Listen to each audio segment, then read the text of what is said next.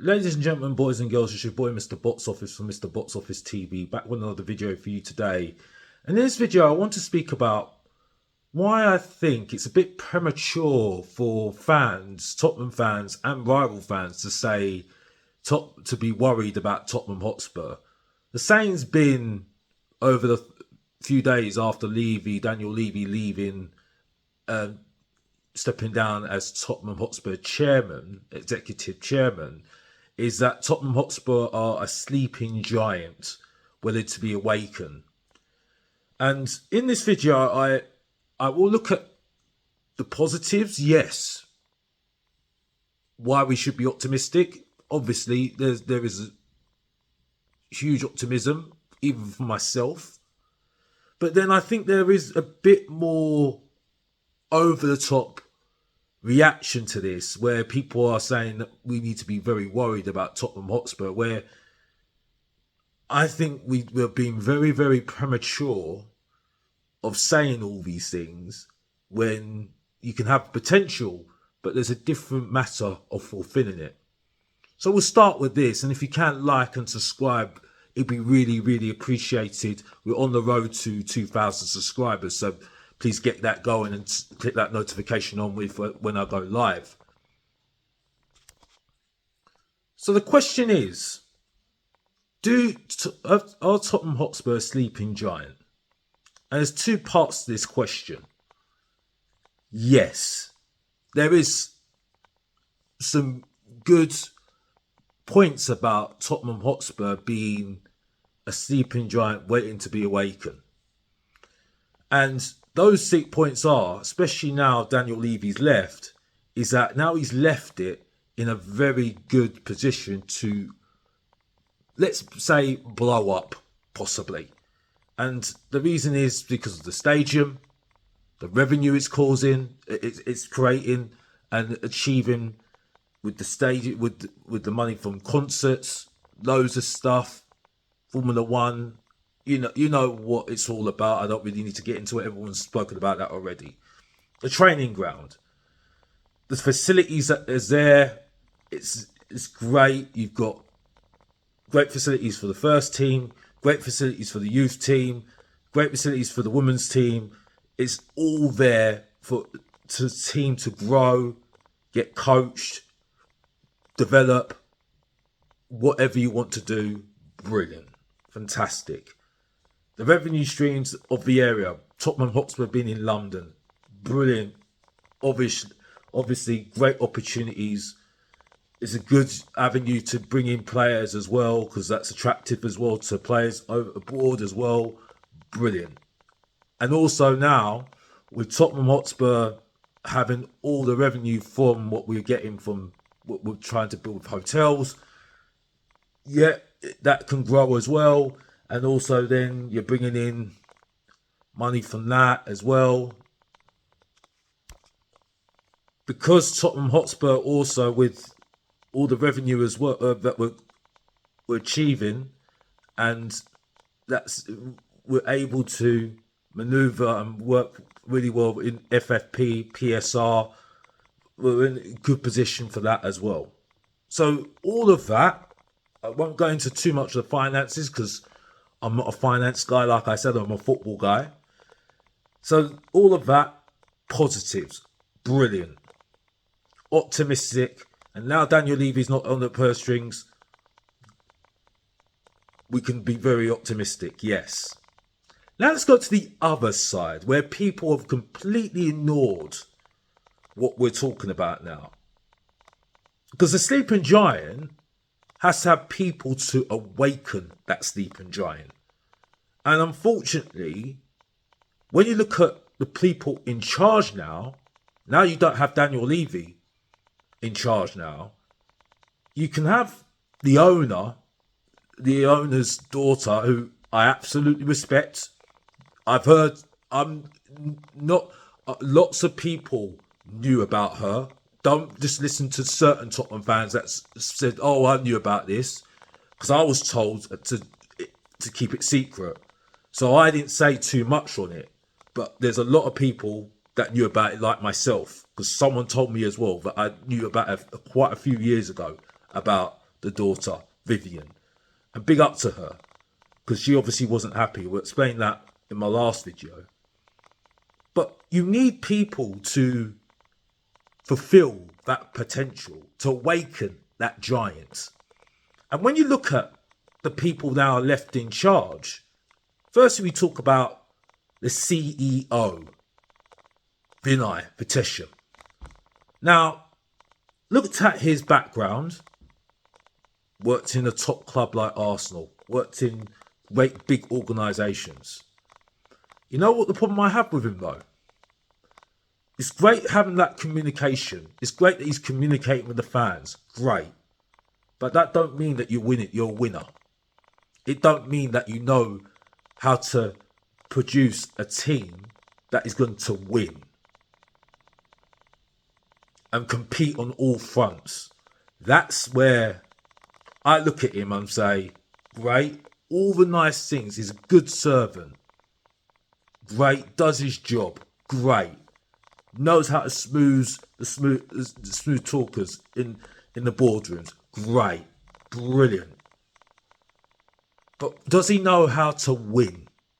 Does he know what is the juggernaut of competing with the top clubs?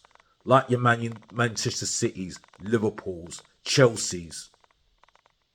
When it comes down to the crunch, does he know when things are not looking right? Can he make a decision and say, this don't look right here? We need to change something here. Some people need to go.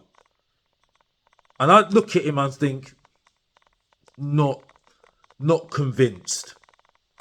So that's another one person. Second person we need to talk about, Peter Charrington, the non-executive chairman of Tottenham Hotspur now, taking over the reins of obviously our previous chairman, but he was the chairman, executive chairman, Daniel Levy. He's got no experience of football. He's only worked for ENIC. Maybe I've got that wrong. People can say it in the comments if I'm wrong. But you look at him and you say, he's just overseeing everything. So what does he know? Is he just going to be taking orders from ENIC? Again, was it all Daniel Levy that was making the decisions on negotiation to try and negotiate down low for certain things? Was that ENIC? This is something we don't know. We don't know all this. This is what I say, and certain people have said this already, that have looked at it, and this is the thing, looked at it the other side. You know, they call it balance, but I look at it just because they look at the other side of things. What does it look like Tottenham Hotspur looking to achieve competing on all fronts? And I don't know if this guy knows that. Just overseeing things. Vinay, same thing. Does he know that? I don't know. So that's a question mark as well. Then we go on to our director of football. You know who he is. He just did an interview with the Tottenham press guy earlier about the transfer window, after the transfer window ended, the review on the transfer window. Johan Lang. And his history is getting sacked by Aston Villa because he wasn't good enough for Aston Villa. And he hasn't really pulled up trees at Tottenham Hotspur, let's be honest here. Yeah, we could look at our transfer window previously and say, it's been okay, 7 out of 10. But it's not a transfer window saying to me, can we compete on all fronts? I'm not convinced by this guy. He's like the guy that you would say, okay, you brought us to a certain point. We need somebody else who knows how to get us to the next level. He's not that guy that I sit there and say, yeah, you know what? I look at him and think, yeah, you can move us to the next level. Now the purse strings. Now you've got, according to sources, according to journalists, you've got 100 million to spend. I'm comfortable with you making decisions on how that money's spent on players to move us forward to compete with the Arsenals, the Man United, the Manchester Uniteds, the Manchester Cities. Maybe not Man United right now, but Manchester Cities, Liverpool's, the top six, to compete on all fronts. Is that guy? Is he that guy? And I say no. I would argue because there was some rumours about Fabio Paratici coming back. Fabio Paratici's got more in his previous jobs, in what he's done at Tottenham, to come in and have more pedigree than Johan Lang's got. The only problem with Fabio Paratici, now you've got no Daniel Levy now, I'm a bit worried that he comes in and he takes over everything and no one can stop him. He'll have too much power and he'll take over everything. So that's a concern. So for me, I don't think he's good enough. And until I see him over the next few years again, I ask the question to these Tottenham fans that say we're a sleeping giant, these rivals that are scared of us. What does it look like, Tottenham Hotspur competing on all fronts? And do they know how to do it? Fabio Paratici, whatever you think about Fabio Paratici, you know I don't like Fabio Paratici. I'd rather have Paul Mitchell back, if I'm really honest with you. There are other people out there that are better than what we've got at the moment. But I would say Fabio Paratici's got more pedigree to come in, show Tottenham what we need. Have a balance, and he's the one that set up the youth play. He's the one that got Simon Davis, our youth director. And by the way, I've got more to say on that one as well, because I think people completely forget about that side as well. And then the last thing I need to speak about, the last person I need to speak about,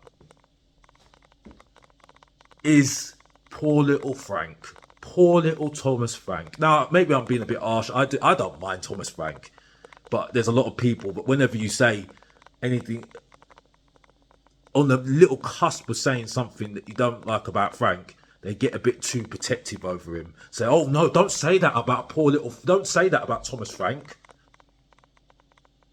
So with Thomas Frank, yes, he knows how to set up a team. Yes, he's got the potential. He looks like a good coach. He's got some good coaches under him.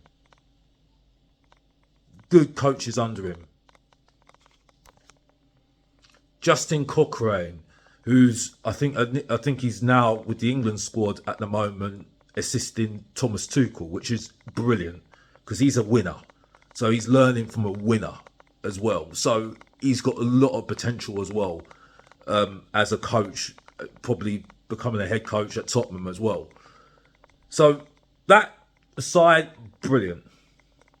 But does he have experience winning, competing on all fronts?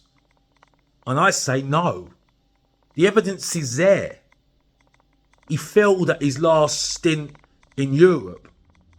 I think it was Bromby. So, and you saw what happened against PSG when we should have won that game. And his in-game management is let to be desired at the moment. Yeah, I know it's the start of the season. He's only started.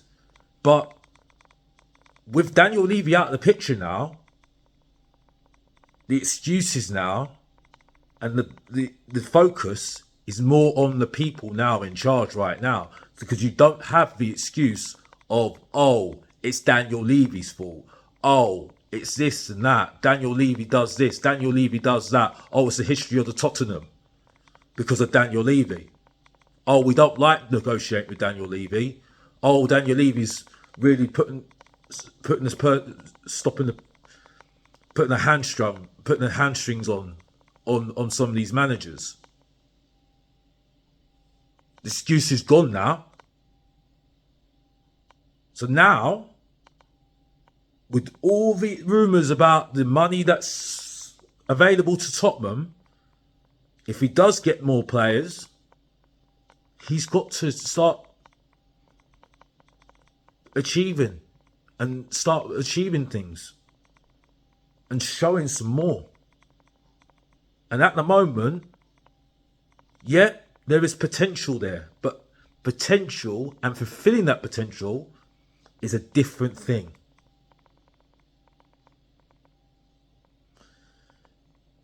We move on, because it's not just about the first team, it's about the youth as well. Because obviously we've had a problem with the Champions League squad. We've had to leave out Mattis Tell, that people have had a lot of excuses for, saying he's young. Oh, okay, so when he's young, they're still going to be judged because of his judgment was in that Champions League squad. Because if he was good enough, Thomas Frank would have had no problem putting him in that squad. And it would have been worse for him if Maddison, Kulusevski, Basuma was behaving himself, Dragerson were fit. It would have been worse for some of those players that are not even performing right now. Archie Gray, one of them. Alderbear, another one. They would have been left out. Because, like I said, you've got to compete. No excuses anymore. And with the youth now, what is the decision making on the youth now? Are we doing it to make money from the academy, like Chelsea are doing right now? Making money, getting pure profit, so it's good for the FFP, PSR? Or are we using it to bring in players for the first team? That's a decision we need to make for Tottenham Hotspur right now. And I don't know if Tottenham Hotspur know what they're doing with that. Scarlett is a proof of that. He's been at loan for so long now, and he's in no man's land right now. And really, we should have just sold him. He's not good enough.